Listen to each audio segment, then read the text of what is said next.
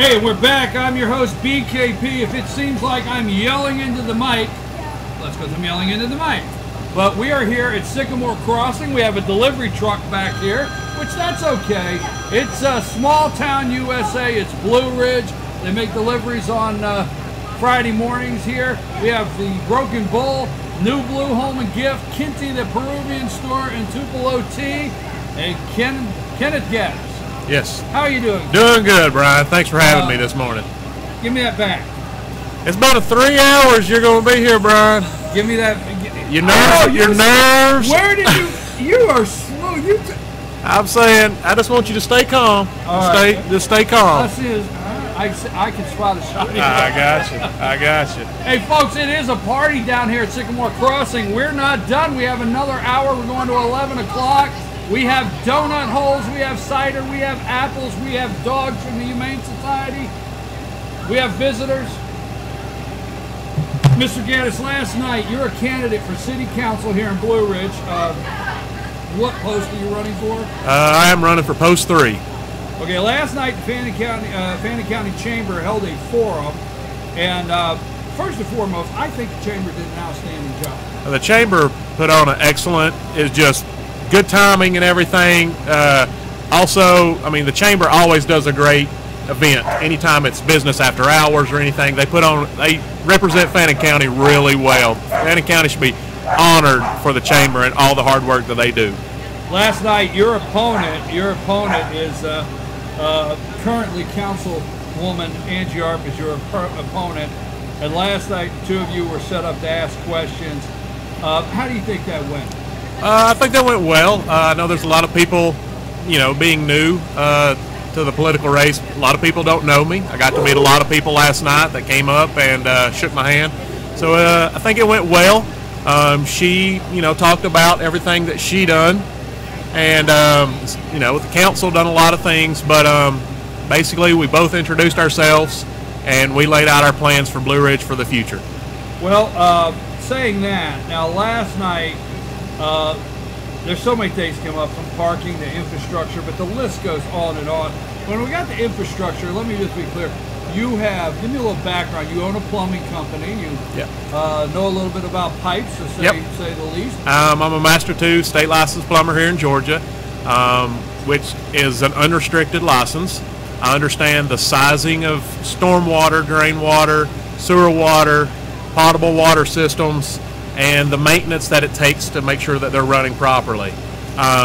Installation is one thing, but the maintaining it, the maintenance is very crucial to it. Our storm drains are very large and then go down to a smaller size and then go to a bigger size, which can cause a lot of headache in backing up here in the city.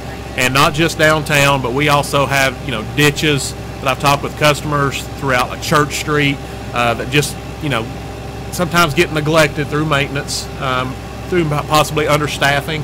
But I'm just here to help keep the citizens and the residents and the businesses from future flooding issues in the best way that I can. But it's something that has to be dealt with. Oh, it has to be dealt with first. It's nice to see, the roads paved and everything, but when I can go stand on a freshly paved road and look at City Hall and know that the water lines are going to have to be replaced here in a month, so that road has to be cut right back up, I just don't think that's a good steward of the taxpayers' money. So let me get this right, because you're actually, I think you're breaking something to me that I may not be aware of, and maybe the citizens and the voters are not aware of. Are you saying, with all of the new surface that we're seeing around town, now these are my words, folks, it's not the candidate, I call it the election new surface paving, okay? Yes. Election season, new surface, but there's some of that has to be torn up? Yes. Sometimes it's kind of like, they say the reason we need a city manager is because they know who to answer to. A city manager would know that, oh, we can't pave that road because we have water lines coming through here. The issue that we have as a city that's growing larger is you kind of put the cart before the horse. You can't do that. You can't pave a road knowing the water system's got to be put in. Yeah, it's election. You want to beautify everything. That's great. But good stewards of the taxpayers' money is what we're here to do. I don't like seeing wasted money like that. It makes me frustrated, and the citizens also are frustrated with this. I need to close here. We're having a party. We still got a lot of stuff going on. But my last thing is, I want to follow up on something you said last night, because I want to know what you meant. I mean, some people will ask, do you support term limits? Some people will ask that question, but you went a little different direction, and you said, with all of these issues that have to be handled in the city, and if you had 4 years and a voting block that could get these things done, if you didn't do it, you wouldn't even come back and ask for the vote again. No, I mean, am I right? You are correct. I said that last night, and I stand by that. No, for 4 years, these candidates had the same thing they were talking about 4 years ago. And one candidate in particular had 2 additional votes that could vote on anything they could have done, and telling the citizens that they would take care of the infrastructure and the parking. And here we are 4 years later with 60 less parking spots through downtown. Actually is stepping backwards, and we don't need to step backwards. We need to step forwards on that.